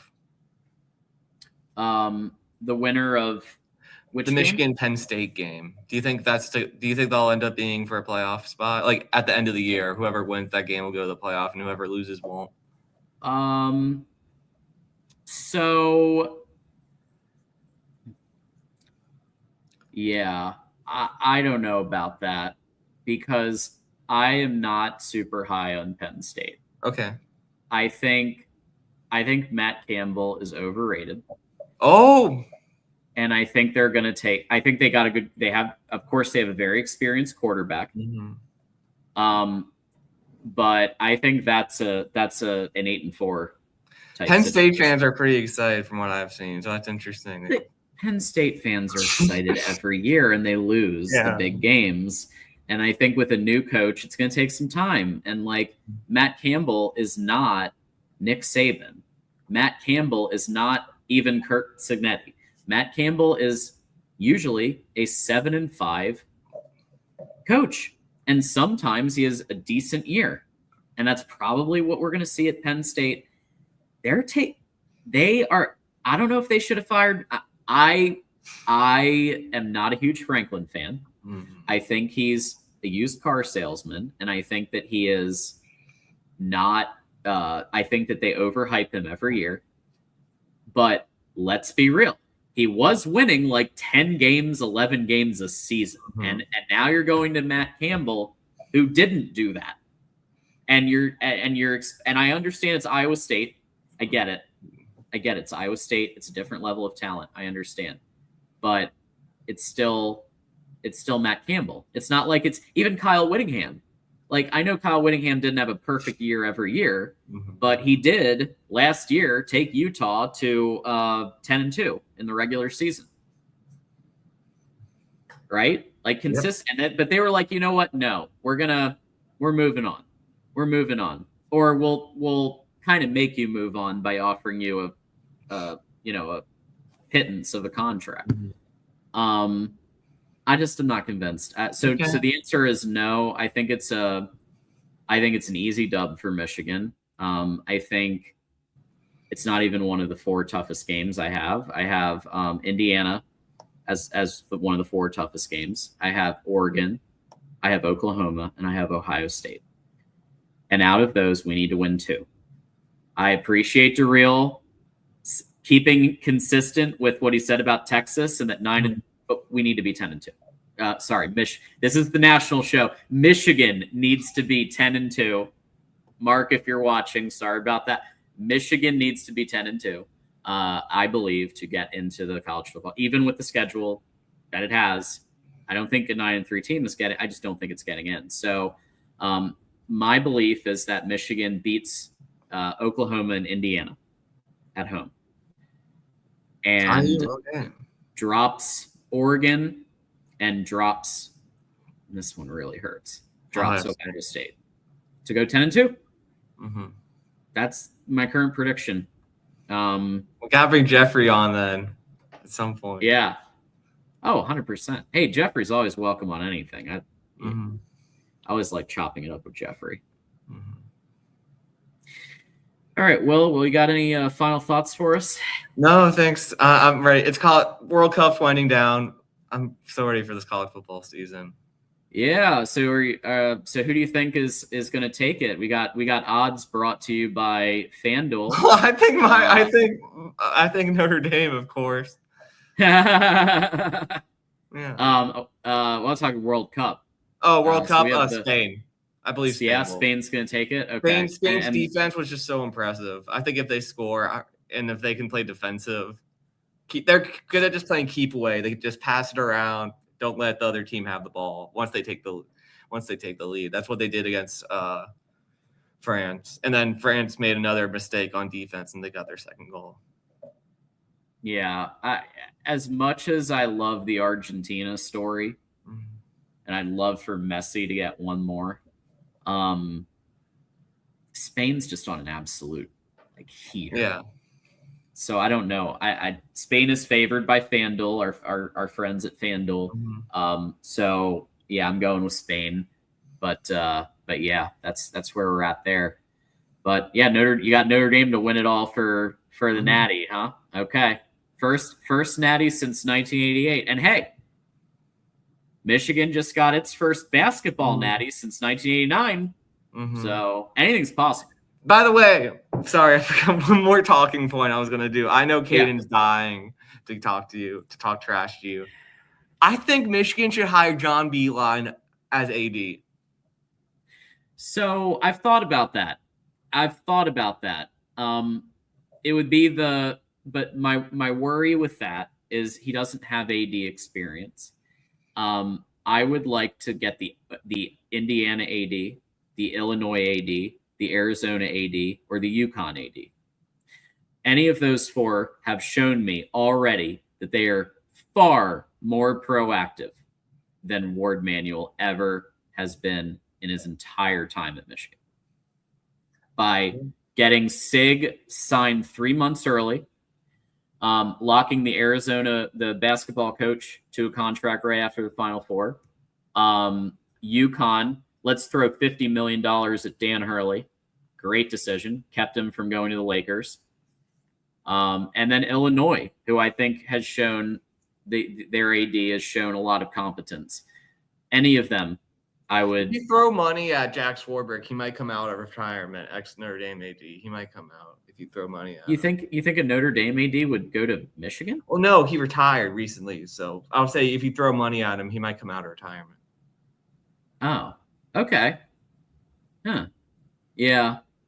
I think he might, due to the rivalry, is what I'm kind of getting at. He might pass due to the rivalry if we did do that. It's not actually a bad idea. I just want someone with, look, I love Coach B.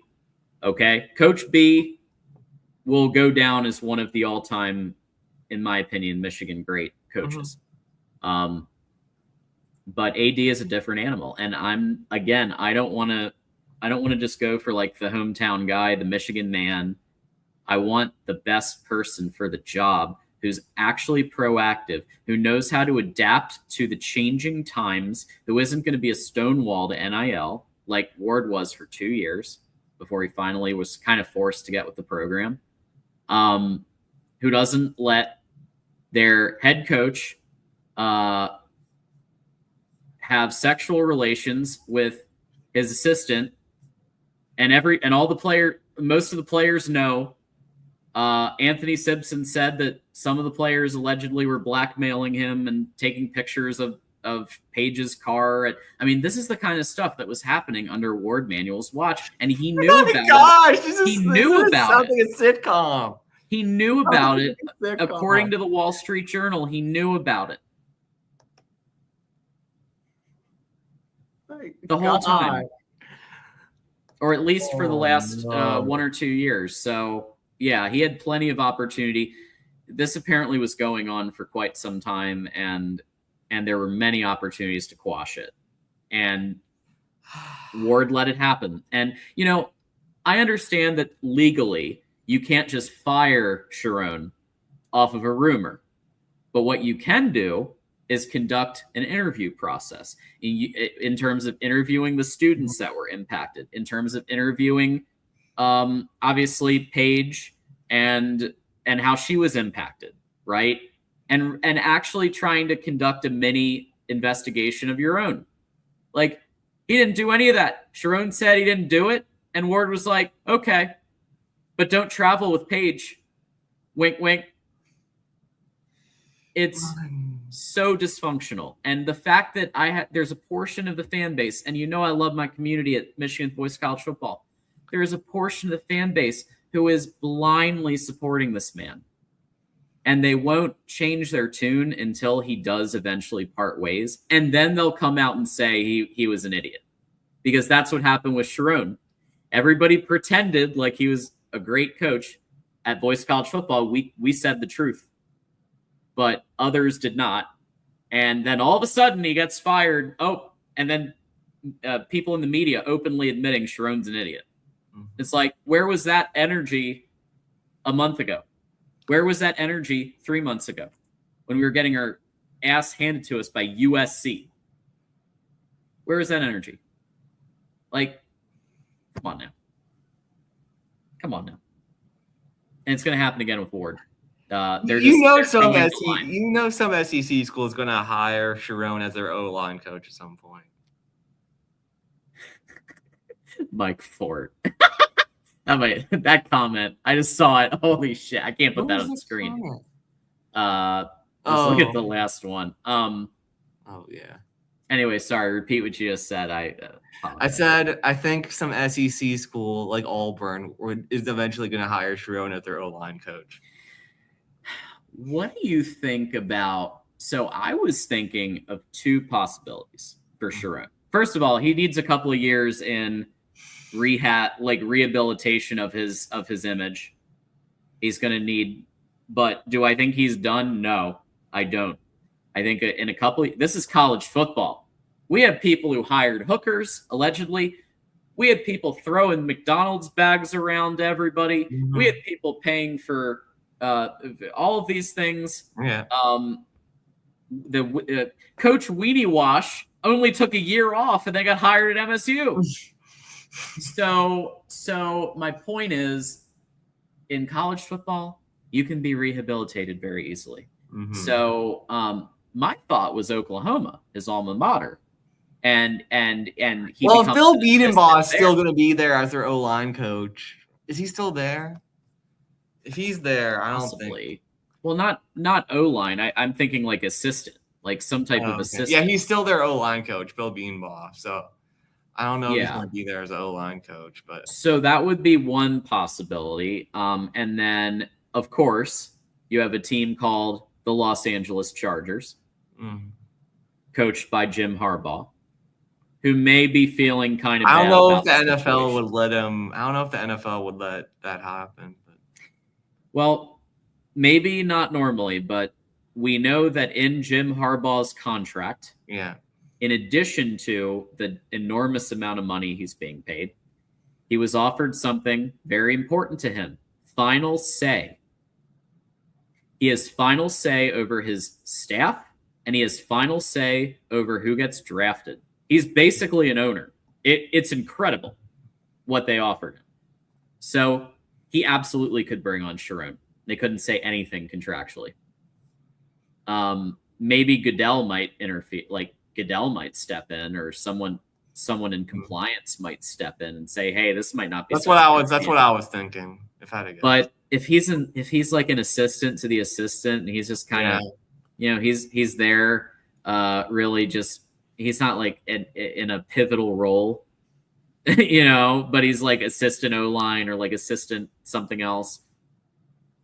It's probably going to be fine in like 2 or 3 years. I don't know. But he needs a year or two off minimum. The butter knife thing was wild. The all of the purple, the images of him with the handcuffs on and the mug shot. And I'm talking about the real mug shot. I know the first one was AI. I got called out on that. You can't tell anymore, John. You can't tell. I own that, okay? But when I saw it, I had to put it on screen because I'm like, this is the wildest 5.5 hours I've ever had in broadcasting, when we had the Sharon Moore firing and then getting arrested. And it happened live on air while we were live. And it was, and then we saw the mug shot. I'm like, I laughed and I was like, I didn't mean to laugh, but it was just so, you have to find the humor in something so absurd. Oh man. Anyway, Will, yeah, we got to catch up, IRL soon. We got it. I know you're in Columbia now, but we got to meet at a meeting at a in-between. Yeah, man. Either we do DC or we do. I mean, we'll figure something out. Yeah, for sure. All right, Will. Have a great night. Have Thanks fun with Caden. This will be fun. Here we go. Interesting. Yeah. Yeah. Hey, Mike Fort. I remember that. The reason I think I was on air when I saw that. So I just figured I'd address it on air so that, it would answer your, so I didn't mean to not respond to you. But I figured I was on air. So I would just, talk about it there. Hit like. Thank you, Will. Friend of the network for a long, long time. This has been a little mini reunion. I've loved every second of it. All right. Well, it's that time to bring on Caden the Diesel Freak. I can't believe I'm doing this. Here we go. All right. Caden the Diesel Freak, how have you been? Well, besides working and doing other things and letting you younglings talk, I'm doing all right. Fair enough. What's on your mind, Caden? And you haven't changed a bit, you ginger-headed varmint. Yeah. I'm proud of my ginger head. So what do you got to say football related? Oh, we're 51 days away. I mentioned this to Jackson. 51 days away from Ohio State. Putting the old school uniforms back on, the original old school uniforms back on, and start the run back to the national title, which should be in Columbus, and they will become 10-time undisputed national champions. Now, to catch everybody up to speed, John, I had mentioned this to Jackson a little bit here earlier on the Alabama show. Now the recruiting news, as far as everybody else is concerned, yeah, everything's good. But I wanted to talk about one of Michigan's, somewhat, I'm hearing the news of someone that they're trying to recruit in the quarterback position. That being Tom Brady's son, Thomas Brady Jr., son of 7-time Super Bowl champion, 4-time MVP, Tom Brady. Now, obviously, Tom Brady, household name in Michigan. Now, the only reason I was mentioning this subject was because of a friend of mine who's a Michigan fan. and he was telling me the news that, and he follows like this Michigan page regarding, like recruiting 27, 28 class. Uh-huh. News was Brady. News, he's telling me, oh, Brady's son, he's going to be Michigan's top recruit next year. He's going to do miracles at Michigan. He's going to do his dad's work. He's going to continue his legacy. I'm like, it wouldn't surprise me if Michigan recruited Tom Brady's son. And the only reason, two things. The last name, Brady, because, well, his dad was the quarterback of Michigan. And two, all the hype and all the money that they're willing to offer for, Tom Brady's son to come to Michigan. But here's my thing. Can he be as successful as his dad? Or is he going to be like Arch Manning, where he doesn't take a single snap, and then the next season he comes in and fumbles? But there's my question. So, from what I understand, now if you're talking, Jack Moynihan, you're talking him. He is actually being recruited, and he's focused on basketball. If that's who you're talking about, he is actually good, and I do think Michigan will recruit. I think Michigan will offer him in basketball, if nothing else, because of the legacy. But do I think like it? Let's say he were to go football, and would you be measuring just the Tom Brady in college? Because the Tom Brady in college, except for the final year, was not the Tom Brady that we saw at the New England Patriots, who won 6 Super Bowls and then another Super Bowl with my Tampa Bay Buccaneers. Okay. But in college, maybe. But here's my thing. Is he going to be like, oh, he's going to throw for over thousands of yards and he's going to score as many touchdowns? He's going to break, he's going to make Michigan the highest scoring program, and then win the Heisman, say, oh, I'm this and this and this. I don't believe so. I believe they're just overhyping his boy, as far as I'm concerned, with that. Yeah.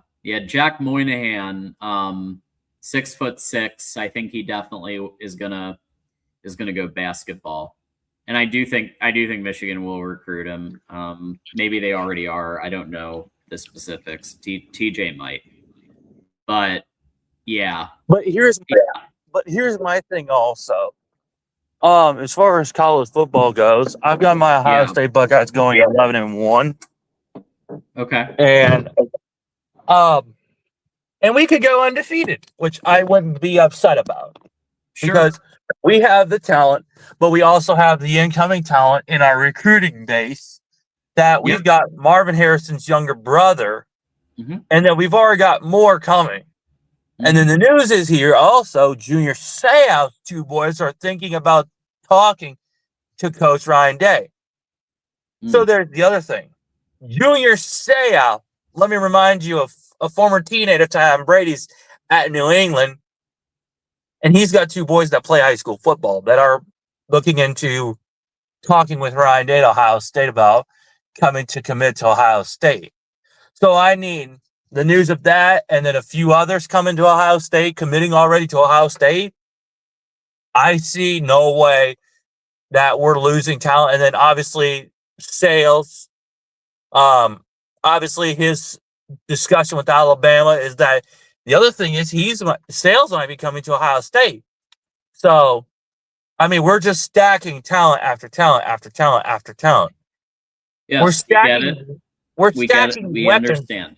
in this, in this program. But that's just my 2 cents, John. And I know I haven't been on a while, but that's just where I'm catching everybody up to speed. You're catching up to everybody that Ohio State has talent, and they might go 11-1. I mean, that's really shocking stuff, Caden. That's really shocking. Or undefeated. Let me remind you, John. Probably undefeated. It's probably going to be one of those two. I don't disagree with you. I know how good they are. I know I've played them and I've played against them. I'd never played as them, but I've played against them in the video game, and I can tell you that they're borderline unstoppable. I was able to squeak out a 1-point victory in the second go round, barely. But they are very tough to stop on offense, on defense. They're a unit. I will give you that. They are probably like, I think Ohio State, Oregon, Indiana. I think those are your, kind of your big three. And then you've got, I think Michigan and USC are kind of in that bubble in the Big Ten, where it could go either. Maybe USC does a little better. Maybe Michigan does a little better. But I have no argument. I have no disagreement with you on your Ohio State prediction. As far as our schedule goes, I feel like we'll be able to put belt to ass with Oregon, and then obviously Michigan, USC, Texas, Indiana. We'll see, unless Kurt Cignetti can put something together. But we'll see if Kurt Cignetti's got enough talent that he can put it up against the number one defense in the Big Ten. We'll see. But as far as the rest of our schedule, Texas will put belt to ass on them. Oregon, we're just going to beat the hell out of them by double digits. And then obviously the Michigan game, and then the rest of the season. I mean, that's easy wins for Ohio State on defense. I mean, that's the number one defense in the nation. Yeah. Let me say that again, number one. And then if you didn't notice my profile picture, you recognize that game from 2012, 2013? Ohio State, Michigan, 2012, 2013. I can barely see it, but yeah, I do. I 3rd and 8. The board stop on 3rd and 8 that would have taken us to a national title under Coach Meyer's first year, but because of the whole tattoo scandal, yeah. Famous play made by a Hall of Famer who's in the Hall of Fame, in the Ohio State Athletics Hall of Fame, Zach Bourne himself, who I actually had the pleasure of meeting just 2 months ago. So there's a bucket list item on my list completed. And congratulations on beating Brady Hoke. Good job. Brady Hoke. What do you want from me? Yeah, like that's who was coaching and that's who was the Michigan coach at the time, was Brady Hoke, who had one good year with Rich Rod's guys and then fell off a cliff.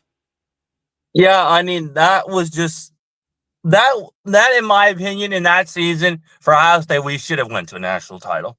We should have went to that title. I agree with you. And there's national titles that Ohio State should have been at and that we should have won. But yet, I feel like the world of college football is not ready for a dominant Ohio State team. What? When you have so much talent and you have so much good players on a team, you're just that one team that nobody wants to play. Like, for example, the Baltimore Ravens, like, say, with Rod Woodson, Ray Lewis, Ed Reed. When you have all them guys on one team together, it's like, yeah, I don't want to play those guys. Or, say, 85 Bears, 02 Buccaneers. Like, that kind of scenario. Like, you don't want to play this type of team because they're just that dang good on defense. Okay, Ohio State is good. Like, great. I mean, congratulations. I compare this defense to, like, the Ravens defense. They know how to bring it, and they know how to stop every run, pass, run option play. They know how to stop. Okay. I mean, so we've done, Caden, we've done 20 minutes on how great Ohio State is. Let's move. Like, is there another topic you'd like to discuss, or final thought? There was something else. I don't know if you get it, if you get into anything personal, John. I've been just, I know I haven't been on the network for a long time. Yeah, Mark Rogers and I have had a feud. What? No, I think it's a one-sided imaginary feud, Caden. It's not, I wouldn't say really much of a feud, but it was just like, we had a conversation at one point that just didn't end up well. Just for Pete's sake. I have no idea why. I have no idea why that would be the case. I was off the network for like months, and I just been working, and I've been doing my own business, so I've been venturing in my own business. Been in a relationship for the last few months with a longtime friend of mine from high school that finally reached out to me out one day randomly last winter. So yeah, just chilling, enjoying life, and trying to take my life one step at a time instead of throwing my head around and hurt my knees. So yeah. Let me see. Okay. Well, good for you on the new relationship. Congratulations. Well, first relationship, to be particularly honest. Oh, well, okay. There you go. But the thing is, like, I personally, John, I don't know what you've experienced, but like particularly with me, this particular person, my particularly first partner, I've known since high school. And I don't know what happened. She called me, like this person called me one day out of the random blue and said, hey, if you like, she said, I admitted she had a crush on me. And then it's like, oh, then she came over to meet my parents. Sweetest thing ever. She made dinner for my parents and myself. Let me ask you a question. Are we talking distance away from high school? I can't believe I'm even having this. Are we talking like, because you sound like somebody who could either be 20 or 60, right? I can't tell. So 20, are we talking? I'm 22. Okay, so it hasn't been that long since you guys met in high school. Okay. No, but it was like she was out of state for a year and a half for work. I never asked her. She just told me. I said, "Oh, maybe she got a gig with like something, maybe with Abercrombie or something." Sure. You know, because I know a lot of people that ask Abercrombie a lot. I've got one of my friends has an uncle who's like an executive with, not even an executive. He's like one of the managers at an Abercrombie warehouse or modeling gig. I just know because I travel around the country a little bit during the wintertime, just to like LA and But you're a bit of a nomad, Caden. I wouldn't say really the nomad life. Yeah, a nomad, but at the same time, like I've been out like hanging out with athletes. Like I hang out with guys currently in high school football. Like mainly I go to like edge rusher summit, like outside linebacker for like linebackers, edge rushers. Like I get into a lot of those events. Because myself, I played outside linebacker myself. Well, that's good. And the thing I enjoy about this, you know, I get to hear, you know, I listen to like Dwight Freeney, Robert Mathis, Justin Tuck, DeMarcus Swear. I hear a lot of these guys at these summits, Chase Young. So I traveled out to LA, Miami, Atlanta. Last February, I had the privilege of traveling out to Eugene, Oregon, to the University of Oregon, where they had a defensive lineman summit with Thadabu of the New York Giants. He was hosting one that I was invited to. So, and then okay. Let me get forward to, besides all the football and everything else and traveling with different summits. So then about a year and a half later, I get back with, you know, I get with this said person, And so I meet her back at her parents, and I've known her father for a little while because I do some property work for him personally. Highly well paid guy, amazing business guy. I can honestly say he's the one guy that he's called me, even on my off days. He'll call me in case if there's something that, like, if there's a tree he needs taken down or just like anything. I've saved his rear end on his property a few times, and quite honestly, I don't know how many hours I've spent taking care of I don't know how many hours I've spent tearing down that entire fence line at their property. Wow. So, and you've been a busy guy, Caden. Well, between my work, my personal business, the other place I work, and then obviously the first relationship I've been into,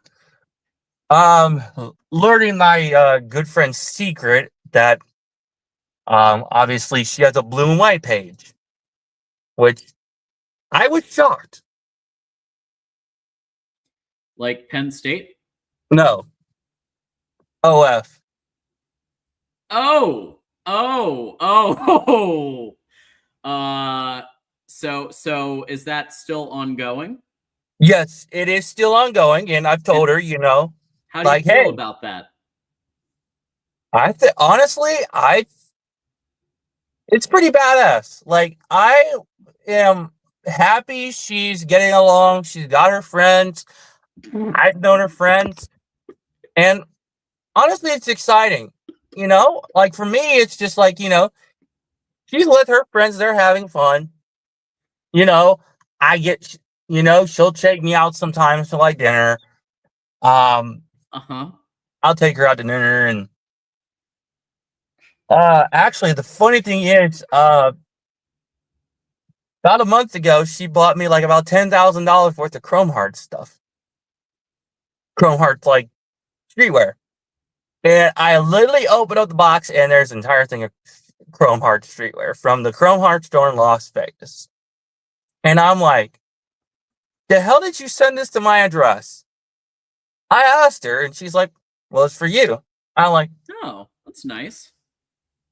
I was like, I don't wear much street clothing because I'm usually in a shop, or because like literally my work is I'm a service mechanic, equipment mechanic, and I'm also a truck mechanic. So I kind of do everything heavy duty, and there's no clean space.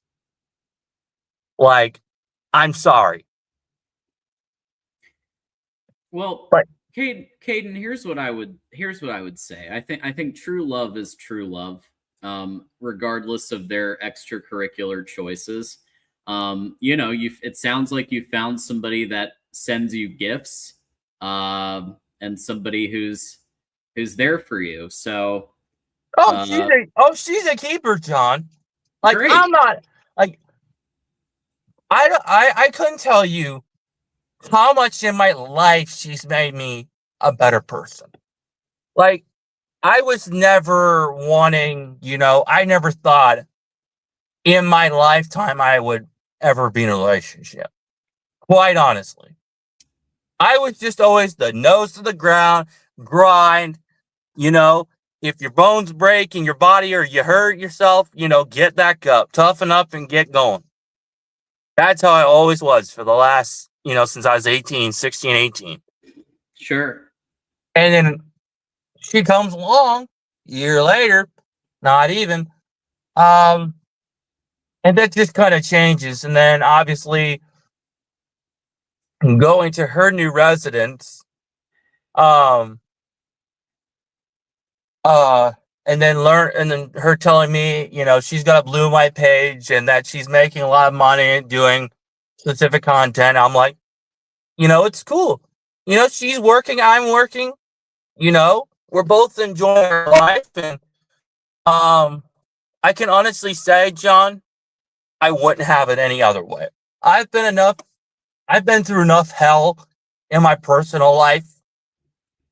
Like, I mean, literally hell. and back, and I could say proudly, like, this is the part of my life where I'm gonna really enjoy. Because Yeah, you should.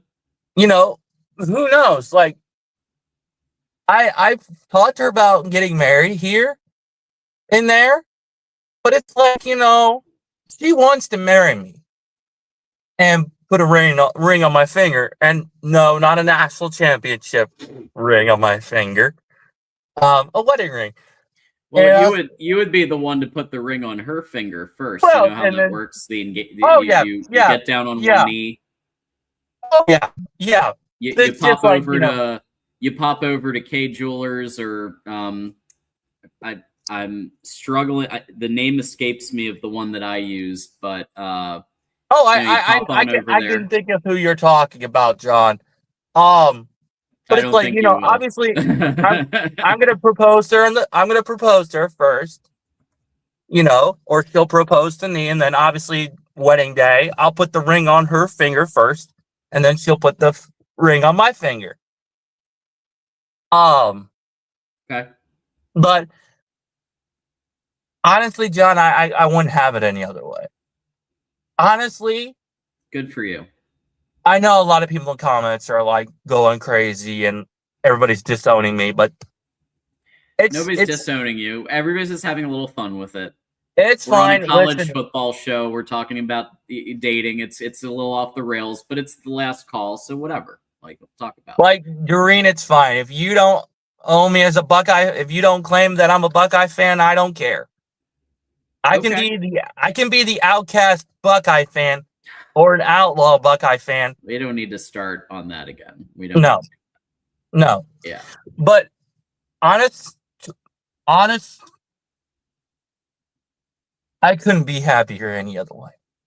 Fantastic, Caden. Well, and that's great. I'm very happy for you. And obviously, she works hard for the money, and that's totally like that. If you're cool with it, and everybody's cool with it, and you're in love, and you want to get engaged and get married. I mean, I got engaged in 8 months. Congratulations. And then and then we went to a courthouse, and we kind of did a little tying the knot there, and then we'll do another more an actual event next year. But it was very quick. When you know. So it sounds like Caden, and I'm very happy. I'm very happy for you. Yeah. Any final thoughts before we end the show? Well, actually, we were just talking about the wedding venue, and it's actually somewhere out close to my heart, and actually close to where I lived out for a couple of years. So what, the shoe? No, it's actually not the shoe. It's actually somewhere out in the middle of where I work. There's a wedding venue that a friend of mine, they know the owners of that wedding venue, so we're gonna do it out there. That's a definite yes. And I'm honestly excited for the next part of everything to come and everything to go. And bye, Doreen. Doreen's heading out. Good night. I'm glad you were here. Doreen's been hanging out with us. Oh, I've been seeing that. And yeah, I know Caden shouldn't be on the Voice of College Football. He swore never to be back. But Pete's sake, I just was like, you know what? Nobody's heard my voice in a million years, so I'm like, for Pete's sake. So,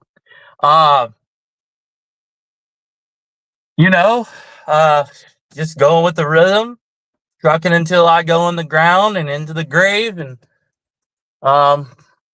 honestly, life couldn't be any sweeter. I mean, I can probably say our honor defend till I fight to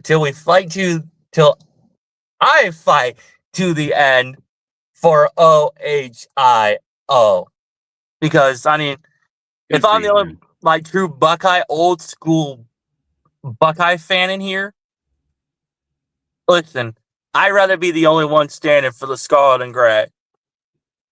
And I'm proud to be that and I wouldn't have it any other way. And Fantastic. where I'm at. Good So, for you. John, I appreciate the last minutes, and well,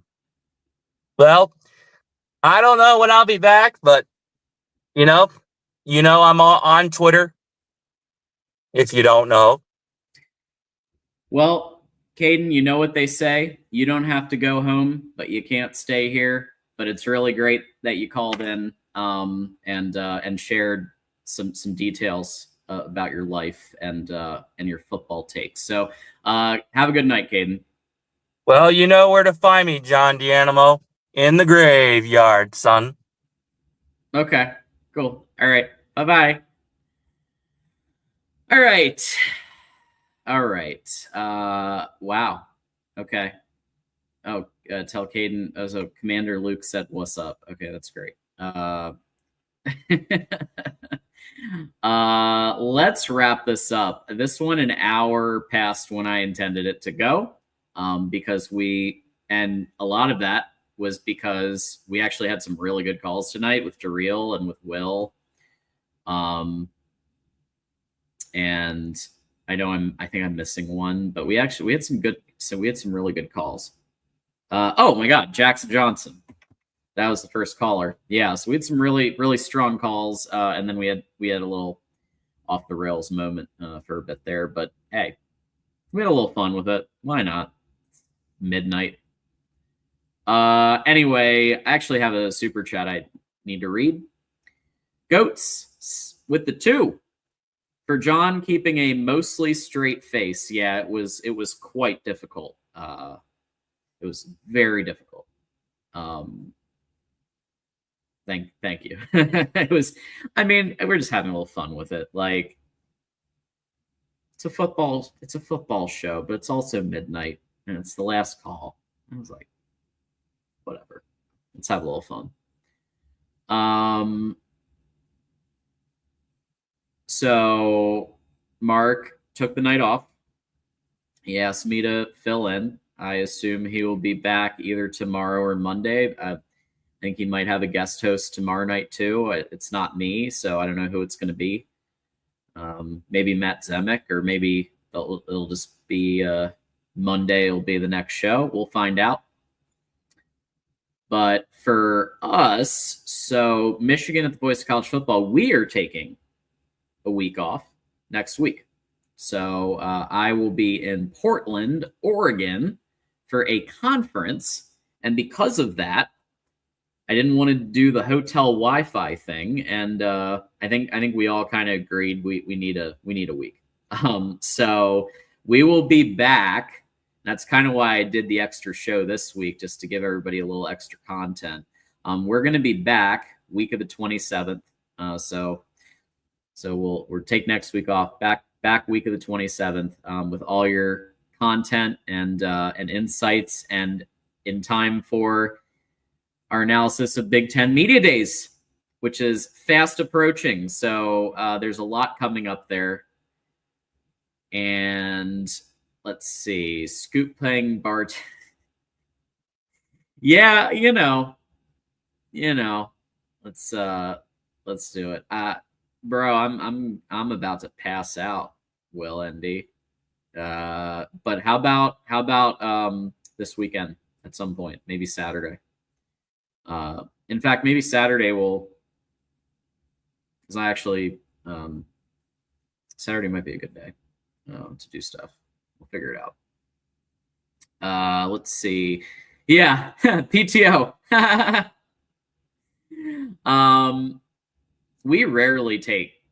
It's kind of wild how few shows we take off. We're on pretty much every single show.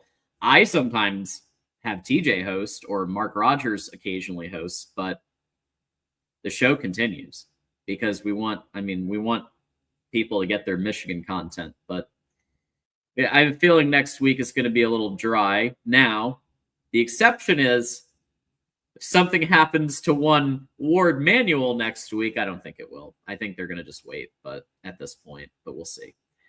But if something does happen, that'll be the exception.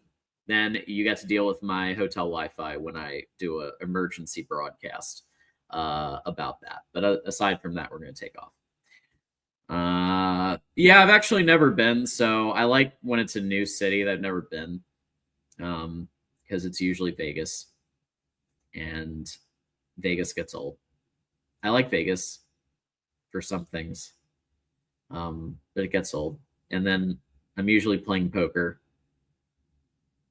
at MGM, and usually I'm taking someone's money who had too much, and then I walk out with some profits, and then and then I'm out, and it's just like,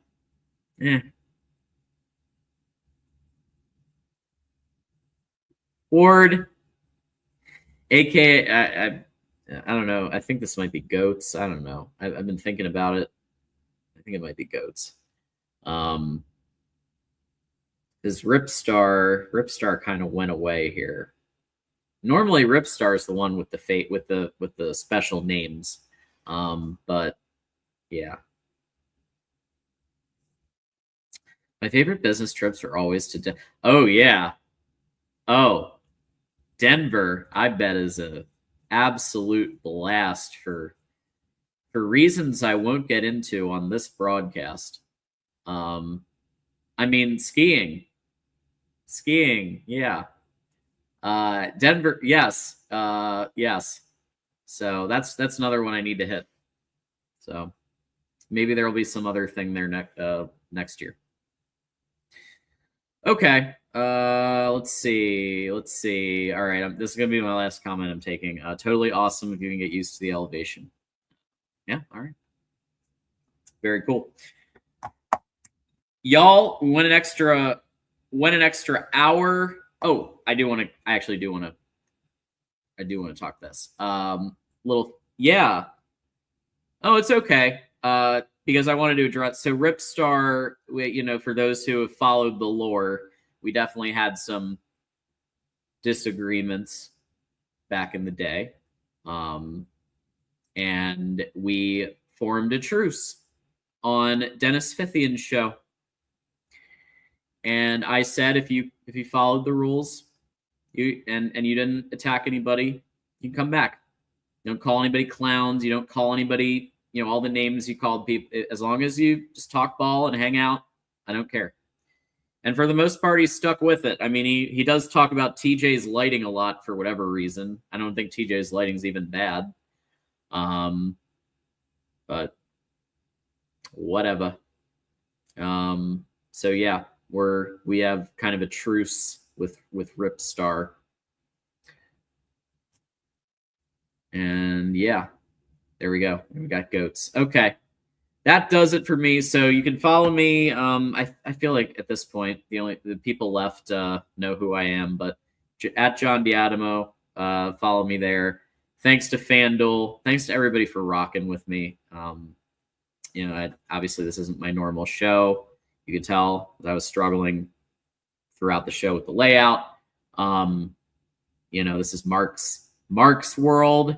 So this is how he likes things. So he'll be back. Everything will be right with the world again soon. And Mark will be back in the hosting chair. And I'll be back on the Michigan channel in about a week. Until then, it's always see you next time. And yeah, I'm saying it. Go Blue. Have a great night, everybody.